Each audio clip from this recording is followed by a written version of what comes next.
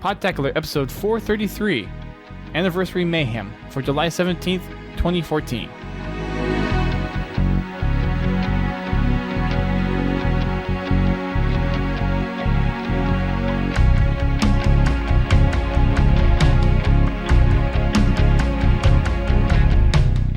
Hello everyone, welcome to Podtacular, the unofficial Halo Universe podcast. I'm your host, Dust Storm. And I'm your other host, Godzilla Todd. And we are back for some more good news about the Halo Master Chief Collection and Halo 2 Anniversary. We talked a little bit about it last week, but we wanted to get into a few more details since we kind of did more of an RTX recap last week. And we had Goose Checka on, we had Justin Bryce on from Drunken Halo, and we had Biowolf on. And we had a lot of good things to talk about. Lots of good memories that were made during RTX, including the big Halo party during Saturday night, which had the big Halo 2 LAN, which was awesome. But we do have some more information to cover regarding what was talked about during the Halo panel at RTX. So we want to go over some of that. We want to go over some of the more recent news, especially some slightly disturbing news from today, and then some other stuff that we can expect coming from San Diego Comic-Con next week. So lots of good stuff. But as I have my right-hand man, Godzilla Todd, pulling the back seat, we were supposed to have Wayne Time on. I don't know where he is, so we'll try to get him on a later date. And Brent isn't here either. We'll have more to share on that later. But for now, we're going to dive straight into some of the Halo Master Chief Collection stuff that we didn't quite talk about yet, but was covered during the panel at RTX. First, though, Godzilla, I want to get your impressions of what was shown during the panel. I'm assuming you either watched the stream live or you went back and watched the panel. So what was your kind of reaction to everything that was presented? Dumbfounded. That's one way to put it. I went into mental overload for about 12 hours because that's how long it took me to process all the information. I loved it. Took that long, huh? Oh, I'm slow. It comes with age. You get to look forward to it. Not saying anything. No, don't remind me. But yeah, it was a lot of information in a short period of time. And some of it, I still don't know what to think of it. I'm sitting here looking at the Gun Goose and loving it. Just can't wait to play that thing. Is that your favorite thing? Actually, my favorite thing is the stuff they showed for Ascension, the map remake. Yeah, it looks like that was a lot of fun. Oh yeah, it looks like that's going to be a blast. I can't wait to see what they've done for coagulation. The concept art blew me away. It looks so much like it, but not like it. Yeah. I can't wait to see an actual in-game shot of it. I know, it's going to be so much fun. Not to mention coagulation, which is the other remake that they advertised. Yeah. Yeah, the modifications they've made to Ascension with the extra... what do you call it, the jet out on that lower bridge, where you can kind of hide and pick up that overshield. Yeah, the extra little bit that they added in there on the sky bridge, that was pretty nice. Yeah, I don't know how many times I got sniped off sky bridge. But it looks like it's going to be an awesome map to play. Yeah, there's lots of interesting new additions too. What do you think about the shield for the dome or the dish in the middle? That is going to change a lot of tactics. For One Bomb, One Flag CTF, Team Slayer, I'm going to be really interested to see how people deploy that shield. How they work it into their team matches. I like it. Well, one of the things I thought about whenever they showed the shield was I'm used to a lot of fights going on in the dish. So lots of grenades thrown, lots of rockets shot whenever there's team rockets or something like that. So it's going to be interesting when you have the bloodbath of the dish just come into play, and then everything's going to be encased in the shield. So you have grenades flying everywhere, you'll have rockets, you'll have shotguns, you'll have everything contained in this one little area. It was a bloodbath already. It's going to be an all-out bloodbath whenever we get this shield on Ascension. Yeah, it's going to turn it into the Thunderdome on Ascension. For the most part, yeah. But it's going to be so much fun. I'm really looking forward to it. And it could mean that we're going to see some other stuff come out of the other maps that they're remaking in terms of switches too. So maybe some more interactive elements on coagulation or some of the other maps which that hasn't been announced yet. I'm going to take just a wild guess that Zanzibar and Midship may be two of the other ones because they were talking about the paper drawings that they had and that they showed during the panel. And Lockout was another big one too, so we may see that one as well. So those are kind of what I'm looking at, potential maps. I have a feeling we may get another one revealed at San Diego Comic-Con. If not, we'll definitely get one shown, or maybe the rest of them shown at PAX Prime later this year. Oh, definitely. Zanzibar, I almost feel like it's gonna be there, because that's one of the most favorite maps for objective type games in Halo 2, especially one flag or one bomb. Yeah, it's definitely one of the more iconic maps for Halo 3. Midship also is right up there too. Yeah, Midship was a good one. Yeah. Zanzibar is interesting because it was, in my opinion, one of the more iconic maps in Halo 3. Mm-hmm. You have that one, you have Coagulation, you have Ascension, which was definitely a huge one. And then there are definitely other ones that people would consider big ones. Terminal, Containment, Backwash for the select few. But all those maps are going to be fun to play just for the regular Halo 2. Have those up-res and on dedicated servers, and then whatever they choose for the anniversary months are going to be even more beautiful. What did you think when they said that the ring that was in the skybox was to scale built out? The first thing I thought is, once I get the game, I'm going to load up Ascension, and I'm going to go stand over there where the Banshee is and watch. For how long? I don't know. Until I get bored or the Xbox crashes. I don't know. But I'm going to love it. I saw, they showed just a little bit of it on the panel, and just to watch it move underneath the map. Because I always thought, from the original map that it was like, say, in geosync orbit over the ring, because you never saw the ring moving under it. I knew it was floating, but I thought it was like tethered to the ring. So It was in a fixed position. But to see that the ring is rotating under it and it's just kind of floating out in space, not tethered to anything. In space. Sorry. But yeah, it's going to be really cool. It would be a really cool backdrop for the live stream too, whenever that goes up and running. So go into theater, just take a long clip of the Halo ring moving around and just have that as the background for our podcast. That would be really cool. Oh, yeah. That's another 4 months away, though. I know. Well, 5 months away. No, I was right. 4 months away. 7 to 11. Yeah. Math. Hard. Sometimes. Anyways, lots of cool stuff during that presentation. Anything else that kind of stuck out to you? No, you mentioned them going over the original plans of the maps. I was really intrigued by that, to hear from basically the person that designed them, what they went through to design these, and to find out the time frame that they designed them in, and to see how well they turned out. It was just awesome. Gun Goose definitely stood out. You just can't miss that one. Everybody is excited about the Gun Goose. I liked and right off the top of my head, I can't think of them, but some of the new game types that they were showing.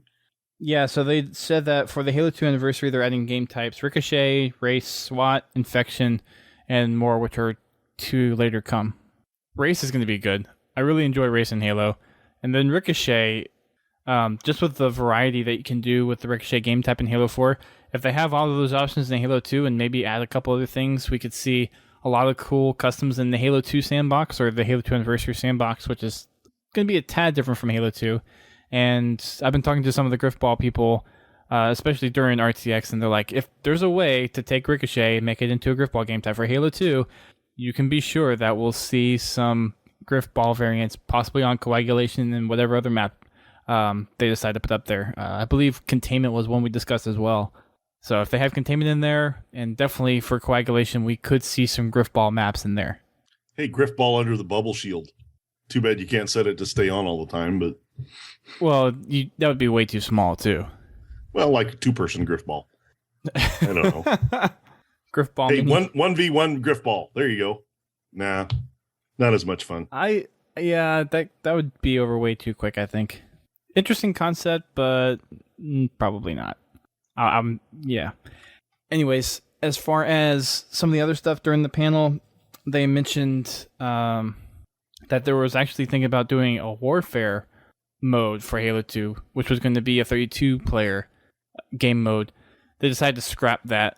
And with how Halo works these days and how hectic 16 players can be depending on the size of the map, I'm almost happy that they didn't go with the 32-player implementation, but with how big some of the maps are, like Waterworks and like Containment, I could see where they could fit a 32-player game in there. Just a 32-player game for Halo, having 32 Spartans on the map would be insane. Just being able to track everything. I honestly think that Coagulation and Waterworks, it almost seemed crowded. It'd be like having 16 players on midship. Not really, because the maps are, I think, big enough to where you wouldn't see...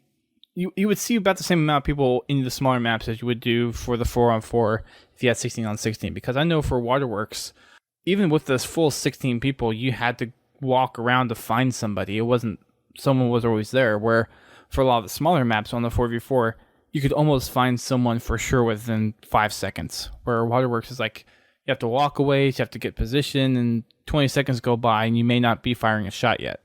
Been a long time since I played 16 players on Waterworks, so... Yeah, I used to play with my friends over Xbox Live, and it was just like 5 of us on Waterworks, and we always seemed to find each other pretty quickly. It would seem that having some more people, though, when there aren't as many vehicles, and that may be one of the other things, too, is those bigger maps usually have those bigger vehicles, so it is somewhat easier to find people or to get found when someone's in the tank. But as far as being on foot, I think a 32-player in those kind of environments would have worked, although I don't know how much of an adaptation there is. And it seems like 8v8 is a good number for multiplayer online. At least it seems to have balanced out that way. Didn't they mention something that they were having trouble with the stability of the matches or something? Thought I heard them say something like that, but maybe I was just reading into it. But yeah, I agree with you, Dust. I think the 8v8 works well for pretty much all the Halo maps. Some of them are bigger than that. You've got the big maps, and it's nice to have that extra room to move around, where you're not constantly trying to maneuver around your teammates and stuff. Like if you are in a tank or something like that. Right. It's one of those things that I think in theory could have worked, depending on the map design that they had in mind for the 32-player maps. And there could have been bigger maps, too. We don't know what those maps were. We didn't have the paper drawings of those maps. They didn't pull those along. But we still got some good experiences out of the ones that we got for Halo 2. It's the game that has the most maps on it, and it's definitely one of the most memorable maps, map set, I think, out of all the games. So, good stuff. We'll have to wait to see what the other 4 maps are.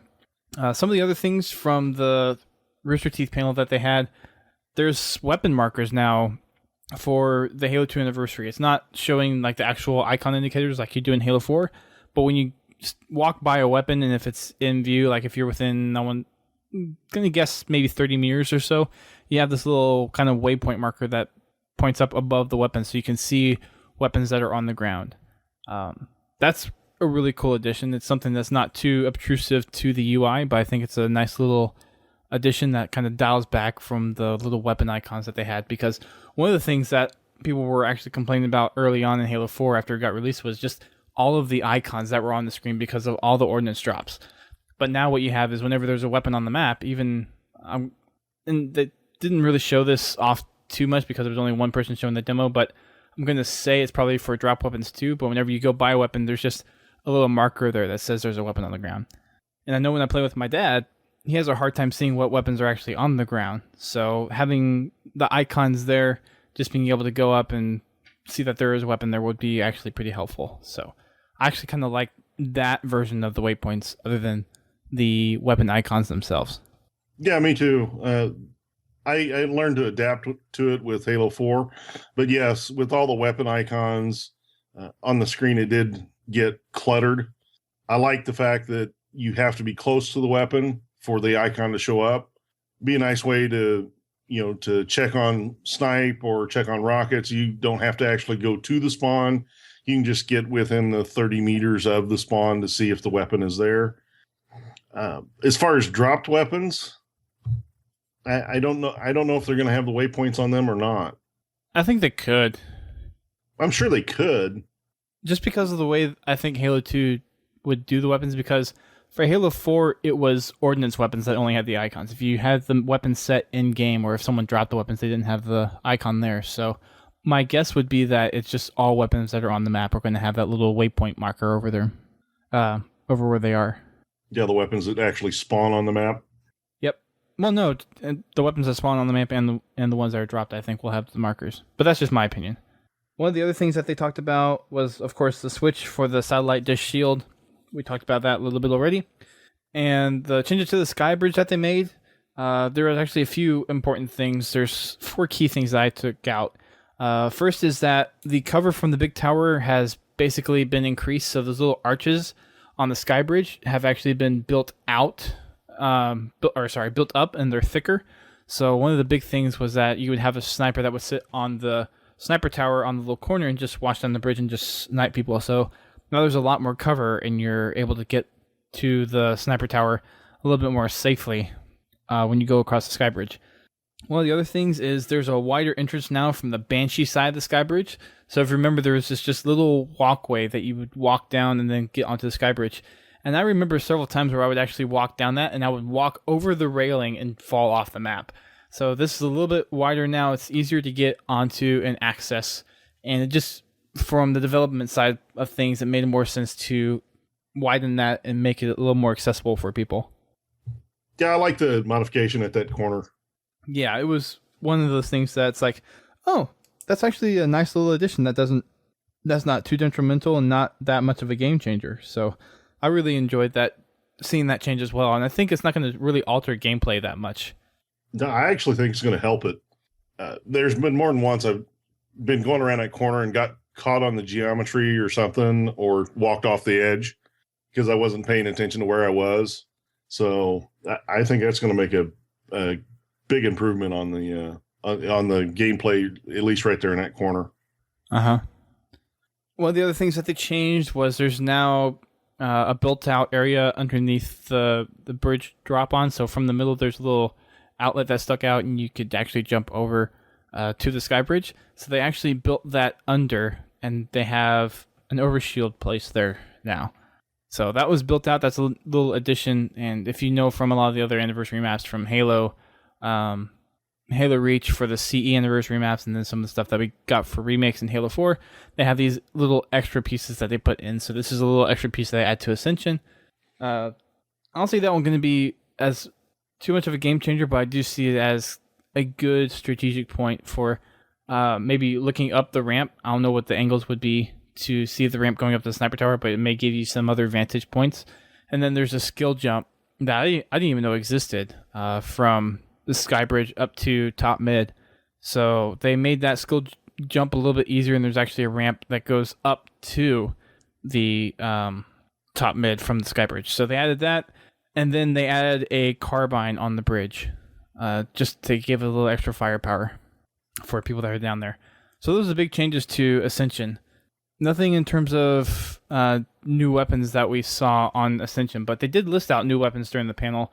They mentioned that there's going to be an assault rifle introduced, silenced SMG, which we're still not sure which one it is yet, but my guess it might be the one from Halo 2 PC, Halo 2 Vista. Speed boost is going to be included, and mongoose, or the gun geese. So, and regular mongoose is going to be in there too, but gun geese is the more preferred one for everyone, I think, coming to the Halo 2 anniversary side of things. I just can't wait to see what the forgers do with it. I'd be interested to see what forge pieces that they've actually included in there, because we already have the satellite dish. I don't think they're going to forge that piece out or in to the map, but there are probably going to be lots of rocks. There's probably going to be some of the Forerunner walkways and things, but we'll have to wait and see. We'll have to see what they decide to come out with and show off. I'm hoping they get to show some stuff at San Diego Comic-Con. I hope they show some of the theater and forge stuff there, because that's some of the info that we know exists for Halo 2 Anniversary, but we don't really know much of what's going on there. So I'm hoping we get some more info on those two pieces, specifically about Halo 2 Anniversary, during the panel that they have on Saturday or Friday. Speaking of which, Halo's is going to be at San Diego Comic-Con, which is starting next week on Thursday.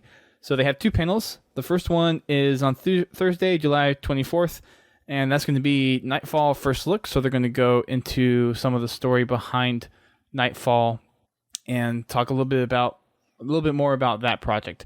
It's the first time you're going to be able to really dive deep into what Nightfall is going to be. And the description here, just so you guys know, is prepare for your next step in the Halo journey with a deep dive into Halo Nightfall, the upcoming live-action digital series from 343 Industries and Scott Free Productions. Join 343's Kiki Wolfkill, Frank O'Connor, along with key Halo Nightfall cast and crew to be among the first to get details of the story and production, as well as see a short video tease. So everyone that's at San Diego Comic-Con this weekend, I am envious of you. Hope you have a good time to see that one. That one's, again, is on Thursday, July 24th, and it starts at 11:45 a.m. in room 6BCF. And the panels that are going to be at San Diego Comic-Con are actually going to be recorded. They're not going to be live streamed, so we'll see those probably a week or so after San Diego Comic-Con concludes. I can't wait to see those panels. I'm really excited to see what they do with Nightfall. Be nice to hear more about it. Find out which way they're, to get them to point us in the right direction of where they're taking the characters and such. I'm really excited to see some more information on this. And I knew San Diego Comic-Con was going to be the first place that they showed a lot of this stuff. But as far as getting any information about it, all we know is that Commander Locke or Agent Locke is the main focus of the digital feature. So we do have another actress, though, that got announced. Christina Chong, she's a British actor. She's been in TV productions such as 24 and Doctor Who. She's going to be another main character in Halo Nightfall. So she's going to play the female lead of Macer. But that's the only details that we have at this time. So we'll hopefully see more information about that coming up in San Diego Comic-Con. Maybe she'll be there. Maybe the guy that's playing Agent Locke, which I forget his name at the moment, maybe he'll be there talking about the Nightfall series at San Diego Comic-Con. So, well, they do say there'll be cast and crew there, so... Yep. Yeah, so hopefully we get to see maybe both of their faces, maybe some new faces, which they haven't announced yet. That would also be cool as well. Another panel that they're doing, of course, is Halo the Master Chief Collection Developer Panel, and that one's going to be on Friday, July 25th at 10:15 a.m. in the same room, room 6BCF. The description for this one is join 343 Industries senior producer Dennis Rice, franchise director Frank O'Connor, and Certain Affinity's president and original Halo 2 multiplayer and online design lead Max Hoberman, who actually Dennis Rice and Max were at RTX, so that's nice to see them back talking about it again. See them and other guests for an in-depth conversation about Halo the Master Chief Collection.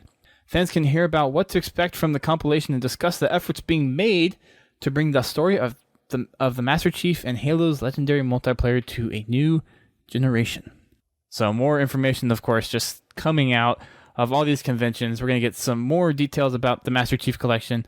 Hopefully more stuff about Nightfall from the Nightfall panel, and then, of course, all the juicy details regarding Halo 2 Anniversary, and then what other details that they have about the rest of the Master Chief Collection.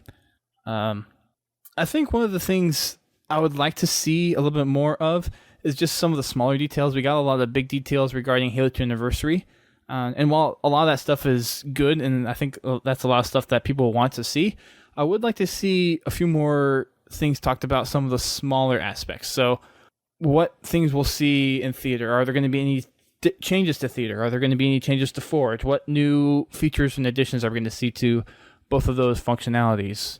What other game types or other things that they're going to tweak from the existing games are we going to see? All that kind of stuff. While I like the Halo 2 Anniversary stuff, I want to see a little more information regarding the other 3 games that are in there as well. As far as from what they've released so far, it doesn't sound like they're going to make any major changes to, Halo 4 or Halo 3's Forge. I think as far as changes to Forge that we may see, those will be, confined to the anniversary maps. Could be dead wrong about that. I've heard a couple of rumors that they may increase the Forge budget because, of course, the Xbox One has more memory, so it can handle more objects on the map. Uh-huh. I don't think we're going to see much of an infrastructure change from the gameplay perspective for Halo 3 and Halo 4. And I would say Halo 1 as well. We're going to see changes made from a UI perspective, of course, for the menu, and definitely Halo 2 Anniversary.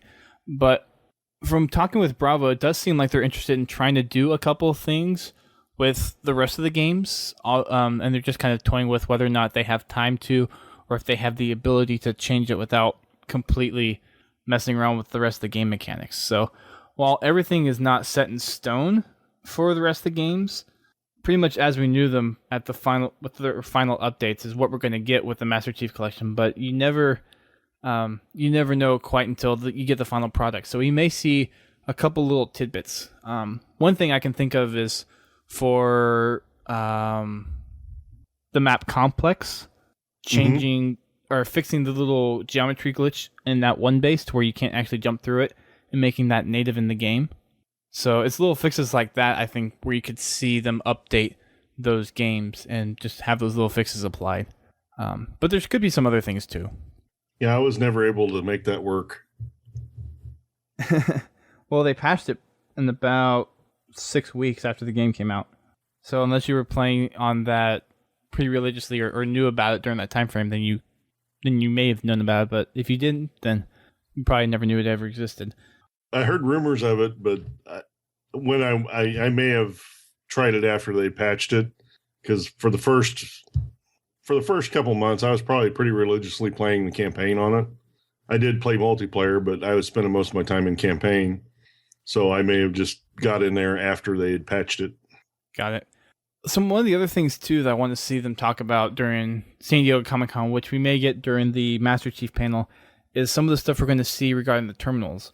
And I actually think that's probably going to be a big topic for that panel, is how we're going to see the Arbiter's story be unveiled in the terminals. What are we going to see of Agent Locke in the terminals? What's that little tease going to be for that? And of course, the terminals are supposed to really cover the Arbiter's backstory. And it looks like the Arbiter's going to be a prominent player in Halo 5 Guardians.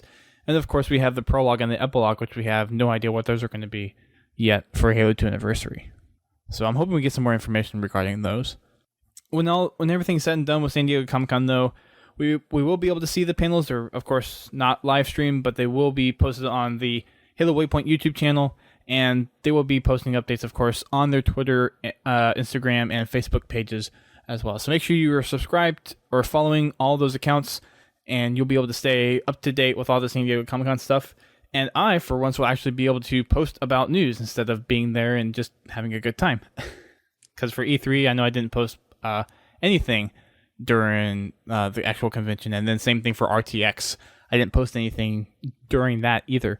So I'll be on the back seat watching all the stuff go on and then making regular posts, hopefully nightly on Thursday and Friday, just as we get information flowing in from San Diego Comic-Con, and then anything else is going to be there. Laird, one of our good friends, is going to be at San Diego Comic-Con, and he's going to try to get some of the down low information for us. So, Laird, if you're out there on the live stream tonight, shout outs to you. Go make us proud. Go have fun, and hopefully I can join you guys next year.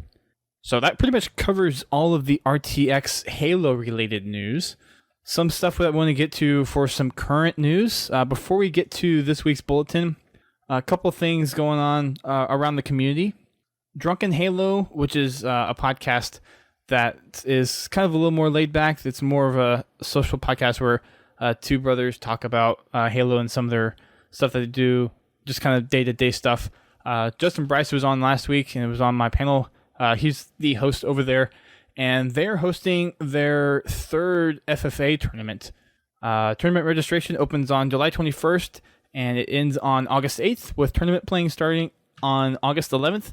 So if you want for more information on that, you can just go over to jtpodcasts.com/1v1info, and you'll be able to get some more information on that. I was actually invited to play in the 1v1 last year, and I got to the semifinals before being eliminated by the person that actually won. So it was a lot of fun. I will say that it's not your traditional 1v1. It is still competitive. You will have a lot of fun, and it will be challenging. But don't think of it as like MLG 1v1. They have a little bit different rule sets when it comes to how they run their tournament. But it's still a lot of fun. So I highly suggest you go check them out. You can get some more details over there on their website, or you can listen to the latest episode of the Drunken Halo Podcast, which is episode number 82. So make sure you go check that out. Some other news. We have Microsoft console numbers doubling in the month of June. So we have the announcement of the Kinect and everything going up on for the gamer stuff from E3 drove up sales to be pretty much double of what it was for the past month. So gamers speak whenever we get something that doesn't have a peripheral that people think it shouldn't have. So yeah, that's good news, right? Oh, definitely. I'm glad to see the quick response from the gaming community on that.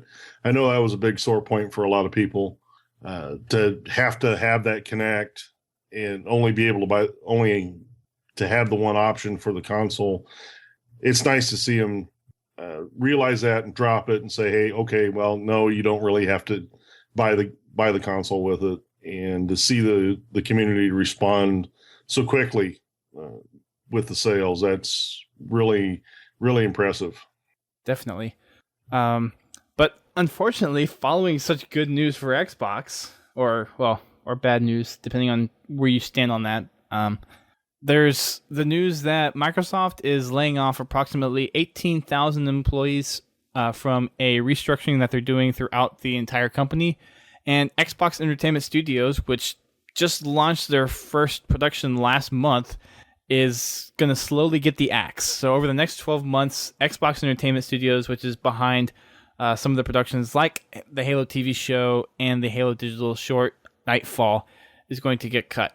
Luckily, they're not going to affect any of the projects that are currently out there, currently being worked on. So all of our beloved Halo productions are going on with the Ridley Scott Nightfall preacher and the Steven Spielberg TV show are still going to be there. They're just going to fall under 343's oversight instead of XES.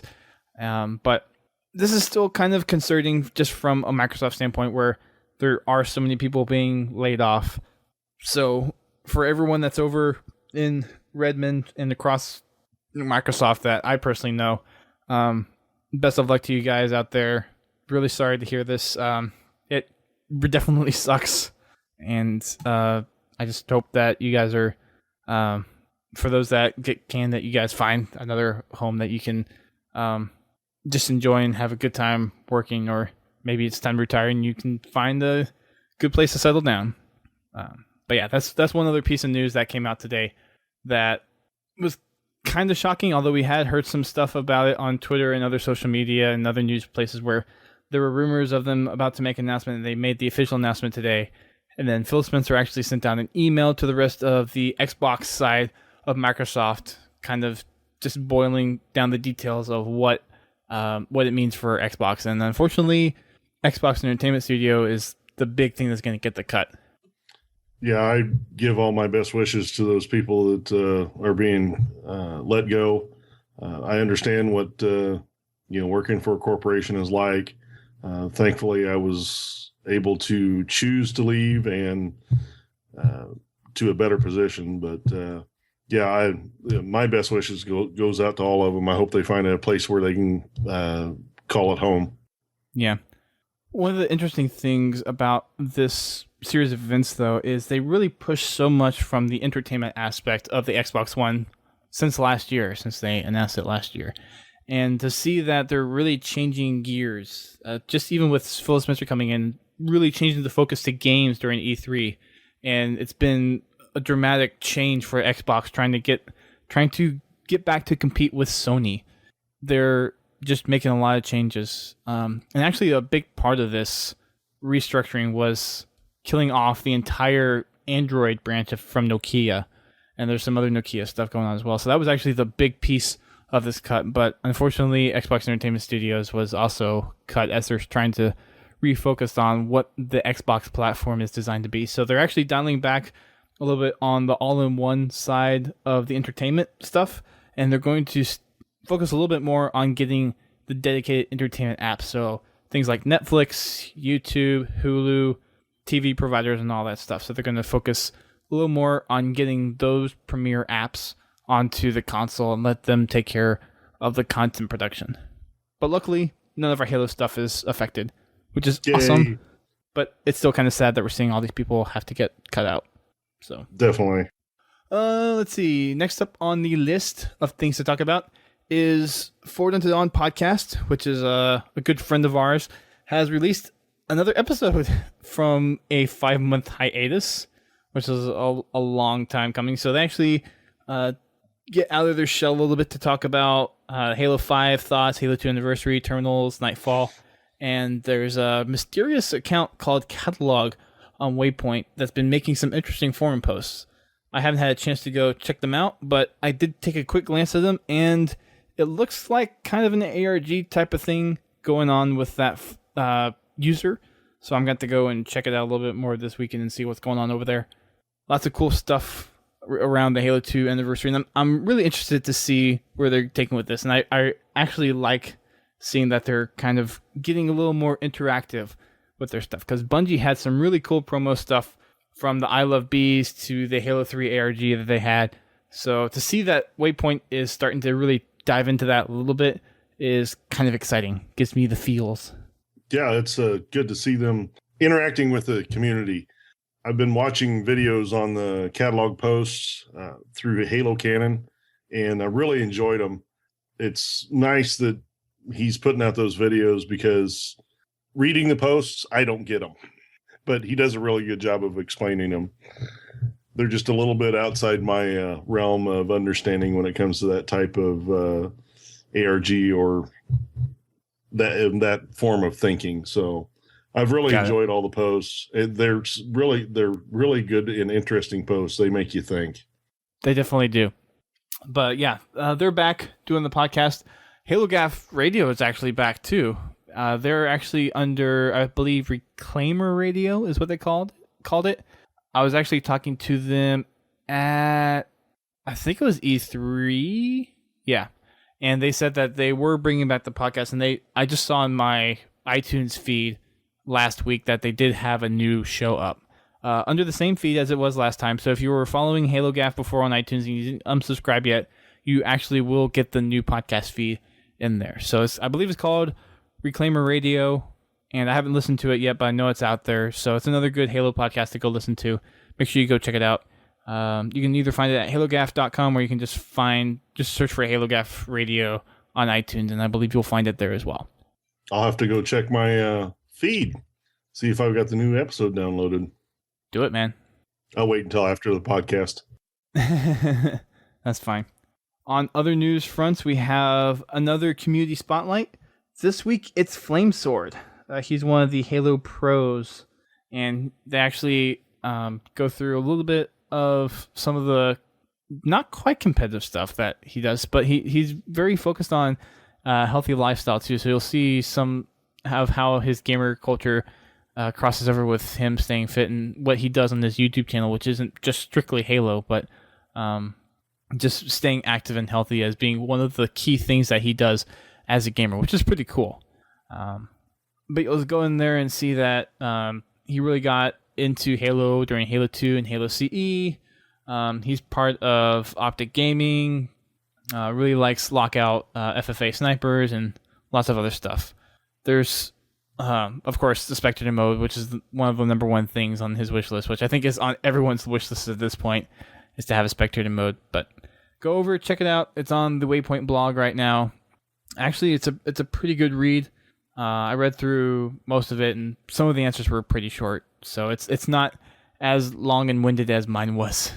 So check it out. It's a good read. And then we get to this week's bulletin. We've actually already talked a lot about what's going on for San Diego Comic-Con coming up, so we'll go ahead and skip over those details. But we have a couple of matchmaking updates coming down the pipeline for Halo 4 pretty soon. Next week, we'll have Big Team SWAT enter the rotational playlist setting. So that's going to be available starting Monday, and then it'll be ending on August 4th. And they've also added Quick Draw to the Team Doubles playlist. So that will pop up in the third voting slot every now and then. So even though they're focusing on new projects, they're still taking time to change over the game types. And we got a calendar, I believe, 2 weeks ago of stuff that they're going. So they at least have another month of, or a month and a half of quote-unquote matchmaking programming that they're doing. So Big Team SWAT is next week. I can't say for sure whether or not I'll be playing in that playlist, but just so you know, there it is. If you have an obsession for some reason to play Big Team SWAT, now you have a method of doing that for matchmaking. Next up in the bulletin, though, is someone's made a Halo 5 Guardians Forza 5 car, and they've taken some of the artwork from Halo 5 Guardians and done a pretty good job. I'm not a big Forza person. I've actually never played Forza before, but someone has made a Halo Spartan Assault 1969 Ford Mustang Boss. Mustang Boss 302. I have no idea what that car is, but that was actually created a while back. Yeah, that was done a while ago, and then this one is the McLaren P1 for the Halo 5 Guardians artwork. So lots of detail put into it. It actually looks pretty cool. It's basically a blue body with some yellow highlights, and then the Halo 5 Guardian touches on it, from the box art to the Chief in the initial teaser that we got, and then basically comic painting of Cortana on there as well. The detail in Forza for the cars still stuns me. I mean, I don't play it, but just from the teasers and the trailers and all the stuff around Forza that I've seen, it's amazing how much detail they put into that game.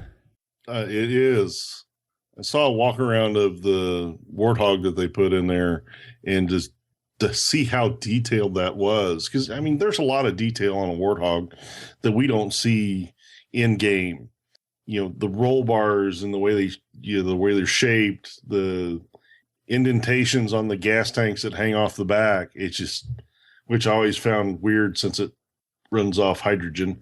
But anyway, it's water tanks. So water tanks are blue, not red. Anyway, it's a small detail, but it's amazing how detailed they can get in their I forget what they call it, their garage or their showroom that they use. And this Halo 5 Guardians McLaren is beautiful. Just looking at these stills, as far as, you know, the art that's on it. Yeah, stunning, pretty much. So that was it for the bulletin this week. Pretty short in terms of actual news. We will see some stuff come out of San Diego Comic-Con. It starts on Thursday next week, so we'll actually have the Nightfall panel to talk about during next week's episode. Hopefully we'll have another podcast kind of as an intermediate blah, blah, blah. Hopefully we'll have another podcast as an intermediary before then, because we have some stuff that I want to catch up on. We actually have a voicemail sitting in our inbox, believe it or not. And we have some submissions that have been long overdue, so I want to do another episode to kind of cover some of that before we dive into the big San Diego Comic-Con stuff. And then shortly after that, we're going to pick up with some more of the normal style podcasts. We'll get back into talking about the campaign or the lore stuff. So I'm actually reading the Hunger Games at the moment, so I'm actually 2 chapters away from finishing the last book. So once I'm done with that, I'll be reading through the Initiation comics and then reading the last book of the Kilo 5 trilogy and the Forerunner saga as well, or the Forerunner trilogy. And we'll get talking about those books pretty soon as well. I got to find people to get on board, because one of the people I was planning to get on, which is Grandbrother 1, I can no longer get on. Well, I probably could get him on, but under very special circumstances. So we'll get to that pretty soon.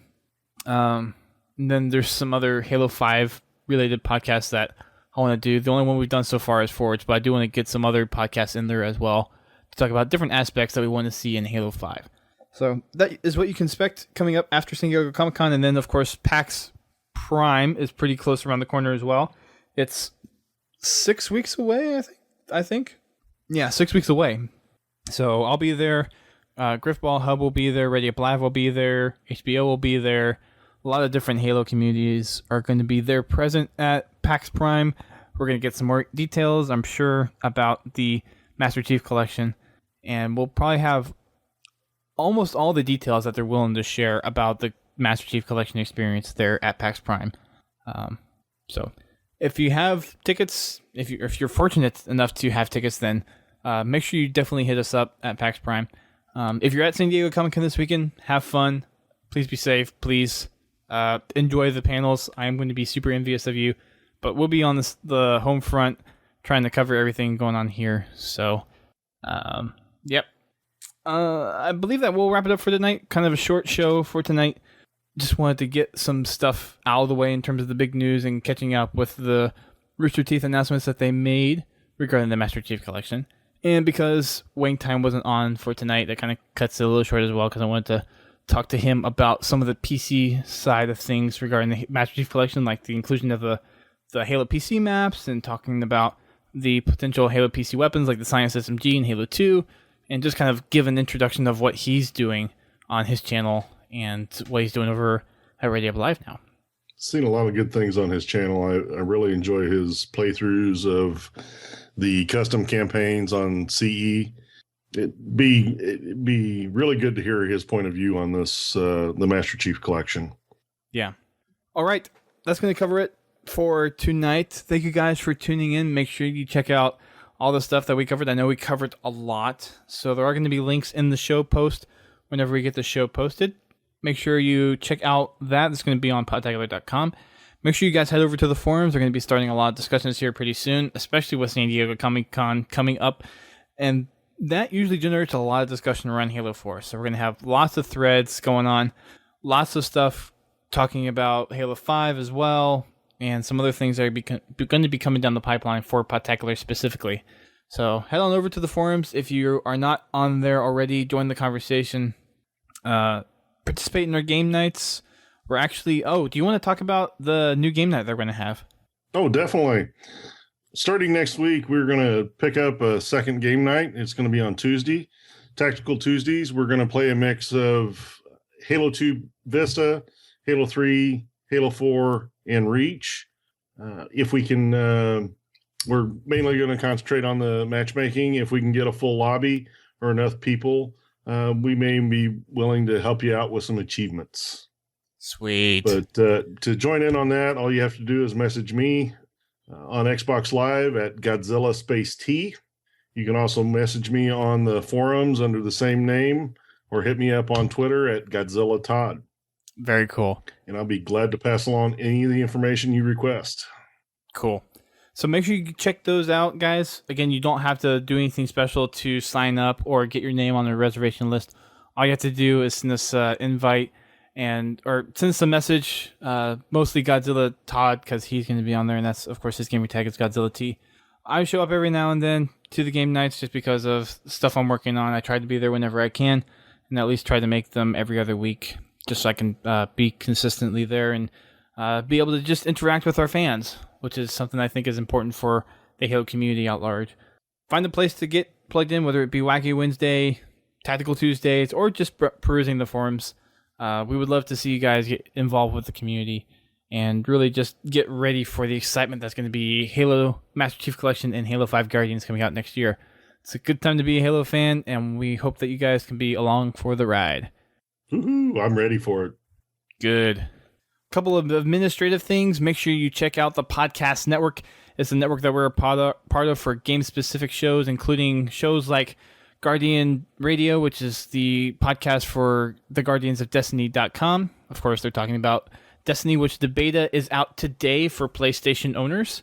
So if you have a PlayStation and you picked up a pre-order copy, or if you've been managed to be lucky enough to get one of the beta codes that they've been handing out everywhere, then you can go over and download yourself the beta for Destiny. I know I'm going to be playing it on my PS3 until it comes out on the Xbox One, and going to see how that experience is for me. From what I know from playing the alpha a little bit and just seeing some of the stuff, it seems very much like another Borderlands type game. So it's outside of the typical first-person shooter genre game. So if you're not quite into the RPG stuff, it may be a little harder to get into, but nonetheless, it's going to be a solid game. It's made by Bungie, of course. So check it out if you have it. I'm going to have a couple of codes to hand out as well, because you get 3 codes for every pre-order code that you get. So people are giving out codes everywhere. It'd be really hard not to find one. I know Bungie's been handing out on their Instagram, they've been handing out on Twitter, Facebook, and they've even had a big image on one of their Bungie updates, one of their mail sacks. So you can find codes just about anywhere. You can probably ask a friend of a friend, and they'll probably have a code that they can just give you. So if you want to take part in the Destiny beta, make sure you just scour the internet for codes, and you could probably get in. If not, you can still pre-order the game and still get a beta code. You can pre-order the game, and then if you don't like it, just cancel your pre-order and don't worry about it, and you'll still be able to play the beta for free. If you want to play the beta, there are ways to go play the beta. Along with Guardian Radio, there is Critscast, which is the TF2 podcast, and there's Reachcast, which is a PlanetSide 2 podcast. So check those out. It's a great network to be a part of. They're really cool guys over on all the other shows. So make sure you check them out. That, of course, is THEPODCAST.com. Make sure you check us out on our social networks, Twitter, Facebook, Instagram, and YouTube. I'm slowly bringing up the YouTube stuff. I'm actually looking for someone to kind of take that over. So that's going to be one of those community positions, hopefully, that someone can come in and take. Someone that has previous YouTube experience that is a little bit more so than I have. Hopefully to look in. But we're going to be looking at opening opportunities like that and some other ones up as well, just to kind of help grow Podtacular and bring it back to kind of some of the glory days that I had back during Halo 2, which would be really cool. It'd be good ways for you guys to get involved with community, get involved with Halo, and just really interact with some pretty awesome people. Finally, if you are listening to us via iTunes, then make sure you check out our live stream. We record live on Thursdays at 8:30 p.m. Eastern Time on our Twitch channel. You'll get a notification if you come and follow us, and you can join in on the conversations that we have during the chat. We've actually been getting consistently more and more people, which is a good sign. It means that Halo is doing pretty well. It means that we're kind of building a fan base back with the Halo information that's coming out. And we would really love you guys to be part of the conversations during it. Sometimes we get the chat involved with making some and driving some of the discussions. Sometimes we see some funny comments and we'll comment on it during the show, and then you're forever immortalized in that episode. So make sure you come out and check the live stream. We would really appreciate it if you have the time, of course. And that is going to wrap it up for us tonight, ladies and gentlemen. For everyone in the live stream, thank you for coming out. For everyone listening at home, thank you for subscribing. Please share us with your friends. Let us know what you think. Leave comments. Send us emails. Send us submissions and all that good stuff. And we will see you guys next week. Keep on fragging them gun gooses. See ya.